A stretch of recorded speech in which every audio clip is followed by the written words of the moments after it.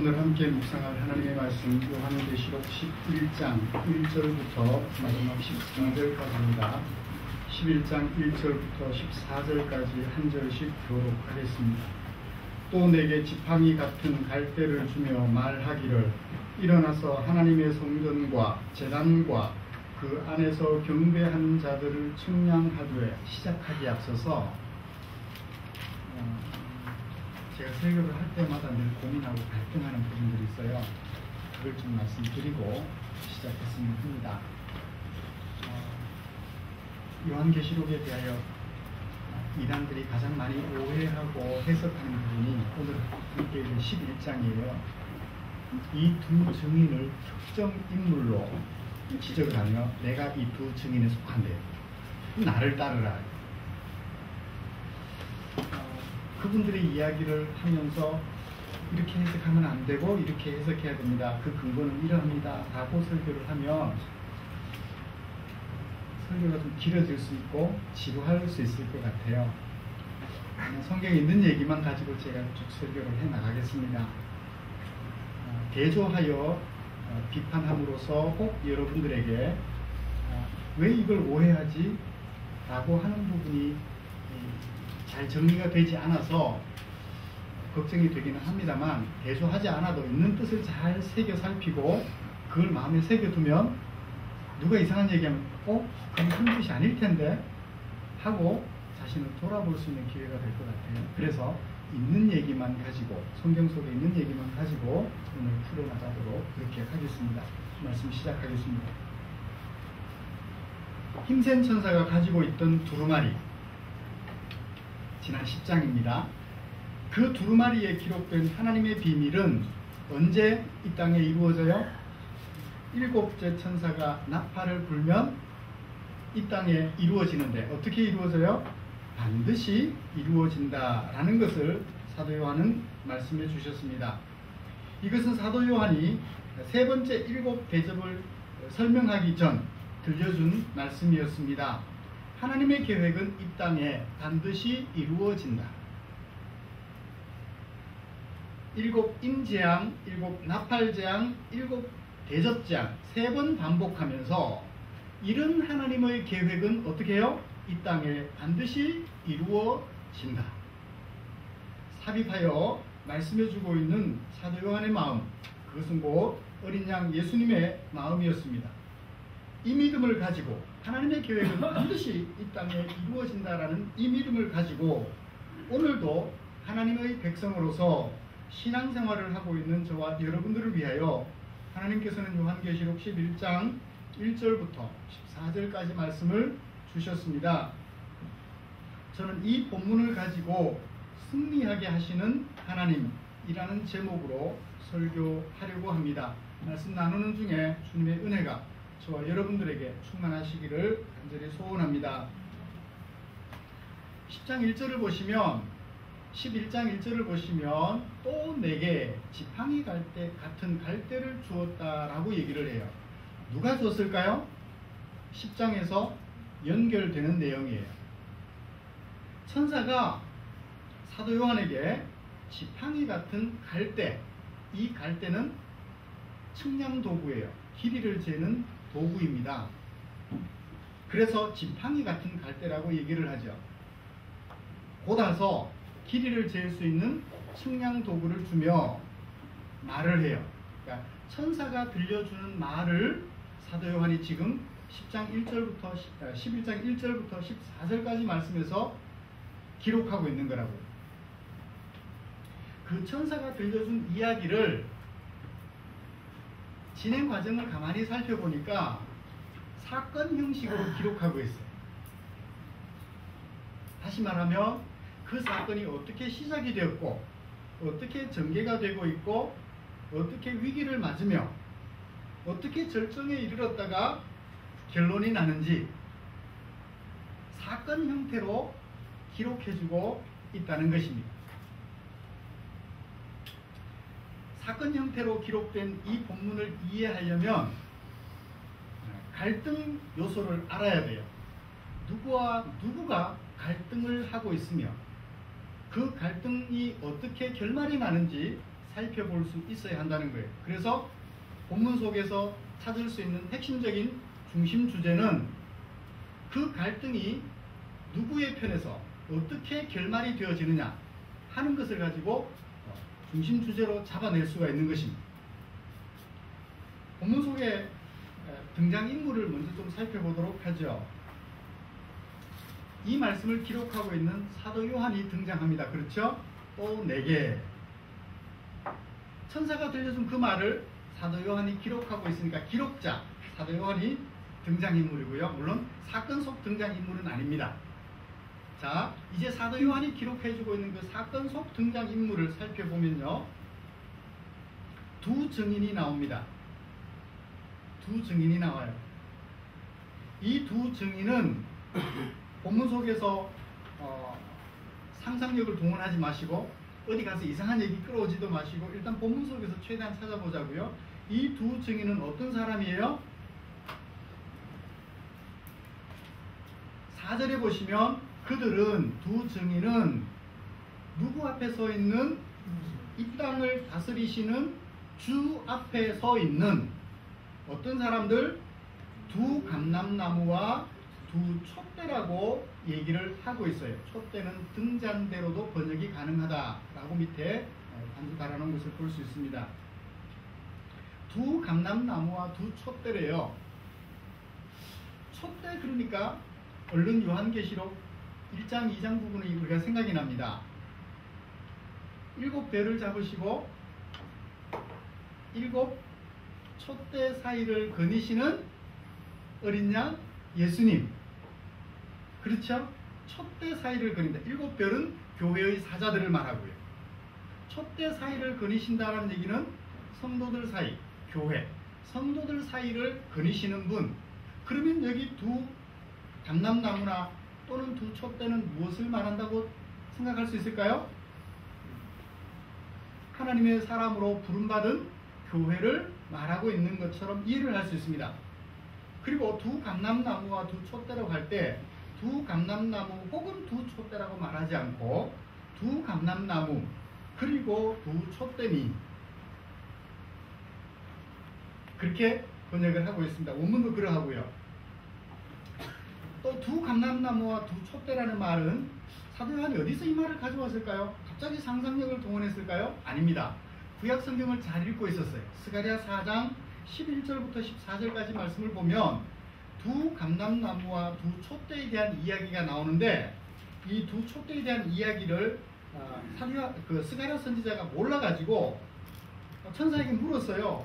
내가 그에게 물어 이르되 등잔대 좌우에 두 감람나무는 무슨 뜻입니까? 하고 물었더니 그가 이르기를 이는 이 두 감람나무는 기름 부음 받은 자 둘이니 기름 부음 받은 자 둘이니 온 세상의 주님 앞에 서 있는 자니라. 주님 앞에 서 있는 자, 온 세상에서 온 세상의 주님 앞에 서 있는 사람들 누구요? 성도들이겠죠. 짐작해 볼 수 있습니다. 이 두 증인은 다름 아닌 성도들인 것 같아요. 정말 그런지 계속 살펴봅시다. 이들에게 천사가 뭘 줬어요? 두 증인에게 뭘 줬나요? 3절 권세를 주리니 권세를 줬다고 그래요. 이 두 증인은 권세를 가지고 있습니다. 그런데 그 권세를 행사할까요? 안 할까요?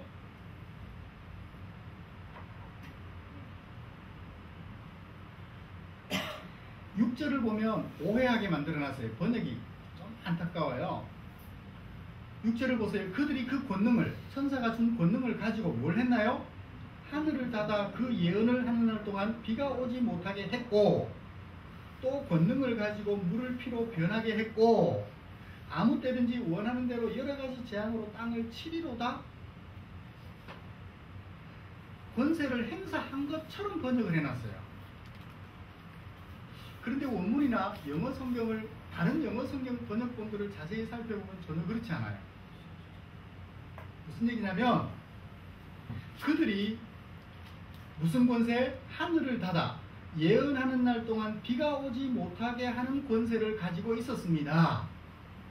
그렇게 번역이 돼요. 그 다음에 또 물을 피로 변하게 하는 권능도 가지고 있었습니다. 또 무슨 권세도 가지고 있었어요? 여러 가지 재앙으로 땅을 치는 권세도 가지고 있었습니다. 그렇게 번역을 해야 돼요. 그렇지만 그 권세를 행사했어요, 안 했어요? 안 했습니다. 권세를 행사할 때가 있기는 있어요. 언제 행사해요? 5절. 만일 누구든지 그들을 해하고자 하면 그들의 입에서 뭐가 나와요? 불이 나와가지고 그들을 죽인다 그래요. 예언하는 사명을 감당할 때 그것을 감당하지 못하게 하면 그들이 입에서 불을 내가지고 그들을 죽여 예언하지 못하도록 방해하는 행위를 못하게 한다, 그 얘기를 하고 있습니다. 그렇지만 아직까지는 한 번도 권세를 가지고 있으면서도 행사한 적은 없는 것 같이 보입니다. 무엇에 집중하나요? 예언하는 일에 집중합니다. 그 다음에 이 두 증인은 무엇을 하나요? 아까 좀 전에 말씀드렸습니다. 예언을 한다고. 예언의 말씀을 선포한다고 우리는 알고 있습니다. 그 다음에 이 두 증인은 또 어떤 일을 합니까? 무저갱에서 올라온 짐승이 일으킨 전쟁에 사망을 해요. 죽었습니다. 그런데 또 10절에서는 이 두 증인을 뭐라고 번역하고 있나요? 두 선지자로 말하고 있습니다. 두 증인을 다른 말로 두 선지자라고도 말을 해요. 죽어서 사흘 반 동안 보이지 않더니 하나님께로부터 오는 생기가 그들에게 주어져서 다시 살아나가지고 어떻게 됩니까? 하늘로 올라갑니다. 이것이 두 증인들이에요. 이 두 증인들이 활동하는 무대는 어딘가요? 성전 바깥 마당입니다. 누가 일하는? 이방인들이 성전 바깥 마당을 짓밟고 있는 그 현장에서 일하는 두 증인들이 무슨 일을 하나요? 하나님의 말씀을 예언하는 예언의 일을 하는 것입니다. 그때 구경꾼들이 있어요. 등장인물. 두 번째, 이 두 증인이 성전 바깥 마당에서 이방인들이 막 짓밟을 때 하나님의 말씀을 예언한다면 구경꾼들은 누구를 구경해요? 두 증인들을 구경하는 거예요. 뭘 구경합니까? 그들이 선포하는 예언도 구경하고 두 증인들이 죽는 장면도 구경하고 두 증인들이 하나님에 의하여 다시 살아나 하늘로 올라가는 장면도 구경을 하고 있습니다. 구경꾼들이 있어요. 그 다음에 또 누가 등장합니까? 짐승이 등장해요. 이 짐승은 무저갱으로부터 올라와서 무저갱은 그대로 직역을 하면 깊이를 알 수 없는 우물. 깊이 알 수 없는 우물이 어떤 거예요? 밑 빠진 우물. 밑 빠진 것과 같아서 깊이를 알 수 없는 우물. 어떻든 통제되었다는 그런 의미를 가지고 있죠. 그게 어디냐? 무슨 별나라냐? 그걸 가지고 장난할 필요는 없을 것 같아요. 그건 장난이죠. 그것이 어디냐라고 말하는 것은 장난에 불과해요. 무슨 의미를 담고 있나요? 갇혀 있었다는 얘기죠. 갇혀 있었다가 놓여놨는데 무엇을 대적합니까? 누구를 대적합니까? 두 증인을 대적합니다. 두 증인을 대적하여 싸움을 시작하죠. 이긴 것 같았습니다. 죽였으니까. 그런데 어떻게 됐어요? 하나님께로부터 오는 생기가 그 두 증인을 살림에 두 증인을 죽였던 짐승들, 기가 막히죠. 이겼다 생각했는데 결국 치고 만 것이죠. 예, 이런 등장인물들이 이제 사건을 일으킵니다. 자, 이제 이 사건을 좀 잘 살펴보십시다. 청량주를 받은 사도 요한, 이것도 스가랴서에 일어난 일을 에스겔 선지자가 말했던 것을 활용하는데요. 에스겔 40장부터 48장 마지막 장까지 스가랴 4장에 하나님의 성전을 측량해요. 그러면서 그 하나님의 성전, 그 성전은 완벽하고 아름다워. 그곳에서부터 뭐가 나온다? 은혜가 흘러나온다. 그 나오는 은혜가 무엇을 살게 한다? 모든 생명체를 살게 한다 라는 것을 말하기 위하여 선지자 에스겔에게, 선지자 스가랴에게 성전을 청량할 수 있도록 측량주를 내주었던 것입니다. 사도 요한도 성전은 측량하고 바깥마당은 측량하지 않아요. 그러면 성전은 뭐고? 측량된 곳이니까. 에스겔이나 스가랴 선지자의 말을 빌리면 어떤 곳? 하나님의 성전이지. 지금까지 우리가 요한계시록을 살펴본 바에 의하면 세상속 교회 2장 3장, 그 다음에 하늘교회 4장 5장 계속 대조되는 모습을 보았죠. 그렇죠? 그렇다면 여기 측량된 성전은 어떤 것? 하늘교회. 측량되지 않은 성전 바깥 마당은 세상속 교회. 두 증인이 짐승과 싸워서 이겨야만 하는 세상속 교회의 모습을 대조하여 보여준다고 하겠습니다. 여기는 하늘교회에서 일어나는 사건인가요? 성전 바깥 마당, 곧 세상교회에서 일어나는 일인가요? 세상교회에서 일어나는 일들을 사건으로 꾸며서 우리에게 소개해주고 있습니다. 자, 세상속 교회, 곧 성전 바깥 마당에서 일어나는 일들을 살펴보십시다. 자, 측량했어요. 바깥 마당은 측량 안 했습니다. 이방인들이 그곳에서 짓밟고 괴롭히는데 시작이 됐어요. 그렇게 괴롭힐 때 이방인들이 성전을 짓밟고 성전 바깥 마당을 짓밟고 하나님의 백성들을 힘들게 할 때 누가 등장하나요? 두 증인이 등장합니다. 두 증인이 나와서 무엇을 받아가지고? 권세를 받아가지고 무슨 사명을 받았어요? 예언하는 사명을 받았습니다. 그 예언이 막히나요? 안 막히나요? 5절. 만일 누구든지 그들을 해하고자 하면 그들의 입에서 불이 나와서 그들의 원수를 삼켜버린다. 만일 누구든지 그들을 해하고자 하면 반드시 그와 같이 죽임을 당한다. 두 번 가정법을 썼어요. 예언하는 것을 막으면 반드시 죽는다는 얘기를 두 번 반복했습니다. 자, 예언하는 것을 방해하지 못했다면 예언하는 일이 성공적이라는 얘기입니까? 실패적이라는 얘기입니까? 성공적이라는 얘기. 이 두 증인이 이방인들이 성전 바깥 마당을 짓밟고 있는 환경 속에서도 예언하는 사명을 감당하는데 거침없이 성공적으로 그 사명을 잘 감당해 가는 것 같았습니다. 대단한 권세도 받았어요. 대단한 권세도 받았습니다. 여러 가지 역병을 땅에 쏟아부어 예언하는 자들을 방해하는 자들을 예언한 두 증인 자신들을 방해하는 자들을 징벌할 수 있음에도 불구하고 그 권세를 행사하지 않고 오직 무슨 일에 집중해요? 예언하는 일에 집중했습니다. 순탄하게 일이 진행되어 가는 것 같습니다. 그죠? 이방인들이 성전 바깥 마당을 짓밟을지라도 두 증인들이 그들 가운데서 예언하는 일을 잘 감당하고 있어요.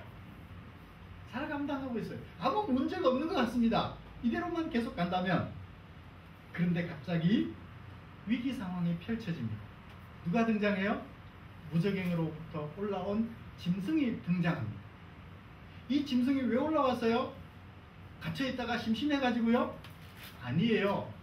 이 무저갱으로부터 올라오는 짐승이 올라와가지고서는 누구로 더불어? 두 증인들로 더불어 하나님의 백성으로서 예언 사역을 잘 감당하고 있는 두 증인으로 더불어 전쟁을 일으켰습니다.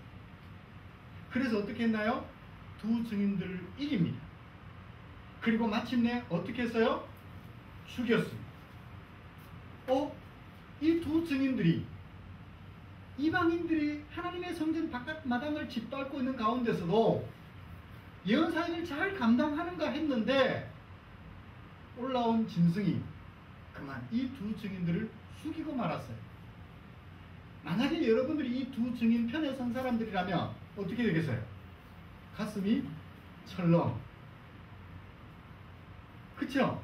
모든 것이 끝났다라고 생각을 할 수 있을 거예요. 끝났다. 위기가 절정으로 다다릅니다. 끝났다라고 생각할 쯤에 무슨 일이 펼쳐집니까?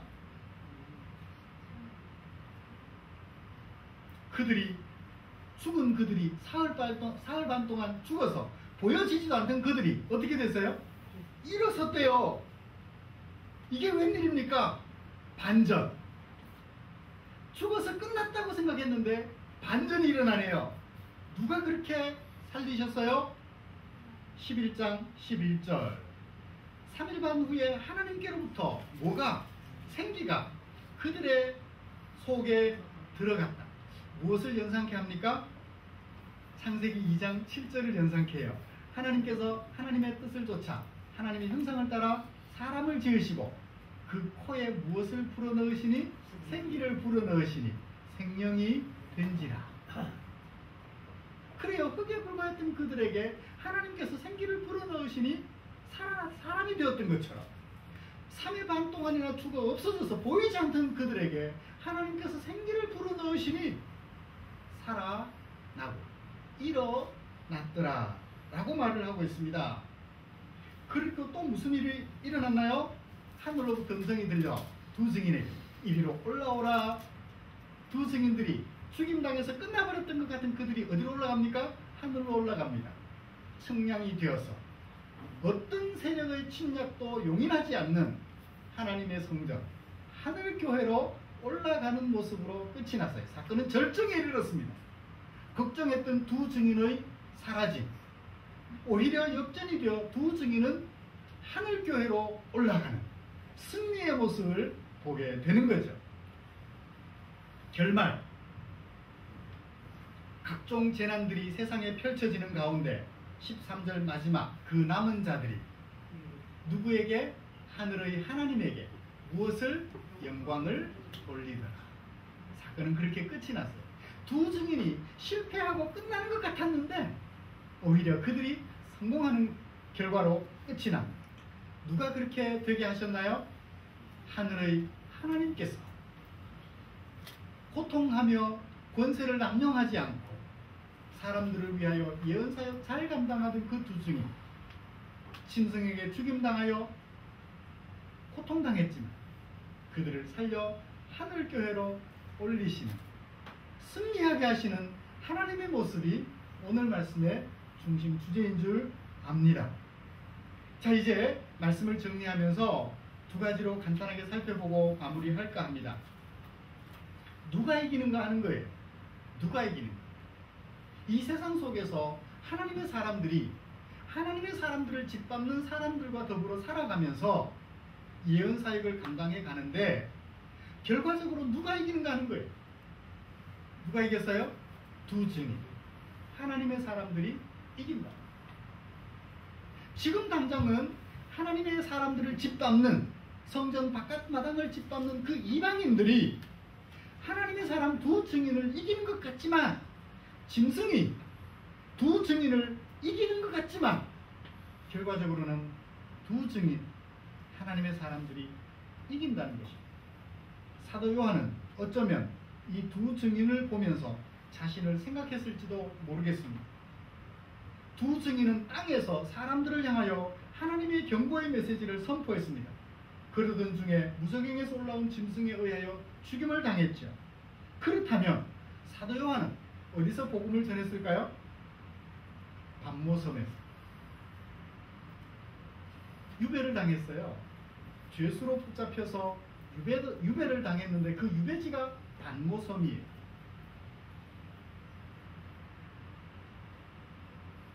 로마군에 의하여 붙잡혀서 반모섬에 있는 한 동굴로 유배를 당하게 됩니다. 여러분, 일단 유배를 보낼 정도의 섬이라면 사람 살만한 곳일까요? 사람 살기 척박한 곳일까요? 그렇죠. 사람 살기가 간단치 않은 곳이에요. 그런 곳에 살아가는 사도 요한이라고 생각해 보십시오. 얼마나 힘들었겠어요. 거기에다가 가족들조차도 떨어져 있습니다. 사랑하는 성도들과도 떨어져 있어요. 얼마나 외로웠겠습니까? 혹 그 반모섬에 사람들이 살고 있었다면 낯선 사람들, 그곳에 사람들이 살고 있었다면 사도 요한을 볼 때 죄수로 볼까요? 보통 사람으로 볼까요? 로마군에 의하여 유배를 당해왔으니 죄수로 보겠죠. 저 사람은 무슨 죄를 지었을까? 실눈을 뜨고 이상한 눈으로 쳐다보는 거예요. 저 사람은 무슨 죄를 지었을까? 좋은 시선으로 바라보지 못하는 그들 가운데서 사도 요한은 얼마나 힘이 들었을까요? 거기다가요, 이 반모섬이 아주 작아요. 면적이 약 40제곱킬로미터. 평수로 환산해 보니까 12,000평. 12,000평이면 큰 땅이에요, 적은 땅이에요? 농지로, 경작지로 보면 큰 것 같지만 그냥 12,000평 생각해 보면 작아요, 커요? 섬인데 작은 섬에 불과해요. 물론 홍도보다는 큽니다. 홍도 가보셨나요? 저는 홍도도 안 가봤는데 검색을 해봤더니 홍도 면적이 얼마나 될까요? 6만 평 정도.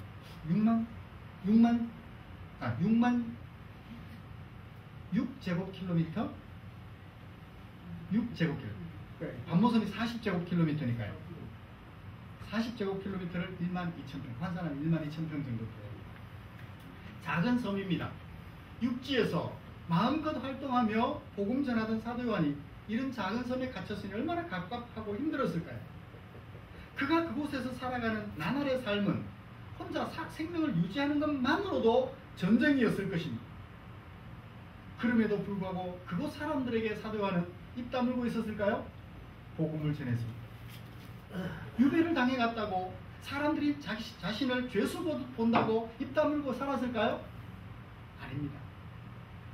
사도 요한은 예수님의 사랑을 익히 알고 있으며 받아본 사람으로서 그곳 사람들에게 자신을 죄수 보는 그 사람들에게 복음을 전했다 뿐입니까?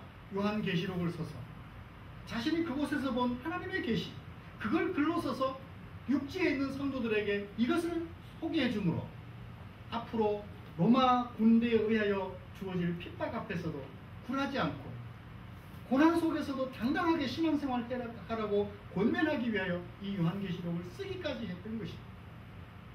두 증인처럼 말이죠. 성전 바깥마당을 짓밟는 이방인들처럼, 두 증인을 싸워서 죽이려고 했던 짐승들처럼 이 세상이 하나님의 사람 사도 요한을 그렇게 짓밟고 있을 때 사도 요한은 얼마나 힘이 들었을까? 그의 삶은 결코 평안하지 않았을 것입니다. 사도 요한은 이런 자신의 삶을 두 증인의 삶에 투영해 보여주고 있는 것 같습니다. 그 두 증인의 삶과 자신의 삶이 다르지 않다는 거죠. 그렇다면 오늘 우리에게는 이 말씀이 어떤 의미를 가지고 있을까요? 사도 요한이 이스라엘 근처 그리스 옆에 있는 반모섬에 유배를 당했다면 뭐하다가? 복음 전하다가. 오늘 우리는 어디로 유배를 당해왔어요? 대한민국으로 유배를 당해온 거예요. 지금 우리가 이 유배지에서 살고 있다고요. 청량되지 않은 성전 바깥 마당, 사도 요한으로 삶의 현장으로 치면 이 유배지에 살고 있다. 사람들은 우리를 이상한 사람 취급합니다. 어디 갔다가 쓸데가 없어서 교회 갔다가 돈을 바치며, 할 짓이 없어서 놀 일이 없어가지고 교회 가서 시간을 허비하고 있느냐. 차라리 그 시간 템플 스테이를 가가지고 수양이라 하며 보라 딱지. 이런 이방인들이 성전 바깥마당을 짓밟는 것과 같은 그런 고통이 요한에게 있었다면 오늘 우리에게도 있다는 거예요. 잘났으면 얼마나 잘났느냐고. 어제 스마트폰으로 페이스북을 좀 보다가 한 사람이 그렇게 고백하는 걸 봤어요.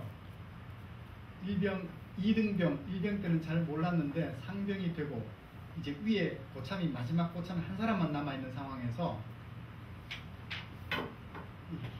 어떤 집단의 비리적인 얘기를 해도 되나요? 그냥 참고하고 들으십시오. 부대원들의 부식비를 착복하고 부대에 나오는 유류비 이런 것들로 부정을 일삼는 간부들을 본 거예요. 이 상병된 친구가 그걸 보다가 너무 고통스러워서 그냥 용인하기는 너무 안타깝고 하나님의 백성으로서 너무 안타까워서 군 감찰부에다가 편지를 썼대요. 우리 부대 안에서 이런 일들이 지금 벌어지고 있습니다 하고 편지를 썼는데, 감찰단에서 와가지고 일대 소란을 일으킨 다음 감찰한 후에 그 해당 부정행위를 일삼은 자들에게, 이제 장교들에게 한 달 감봉이라는 경징계를 데리고 가셨답니다. 그 후에 군대 생활이 문제가 없으려나 했는데 고사질했다는 고사질쟁이로 취급받고, 부정을 바로잡은 자로 인정받는 것이 아니라 고사질쟁이로 찍혀가지고 너무너무 고통당하면서 말년 병장, 5대 장성, 사성 장군 위에 장군이 병장이라면서요. 5대 장성 병장 세월을까지 어렵게 지냈다라는 얘기를, 제대할 때까지 괴롭힘을 당했다라는 얘기를 글 올라온 것을 들어보았습니다. 그래요. 그런 부정과 불의 앞에서 하나님의 사람으로서 정직하게 살고자 해갈 때, 잘났으면 얼마나 잘났느냐며 짓밟고 가진 수단을 써서 힘들게 해요.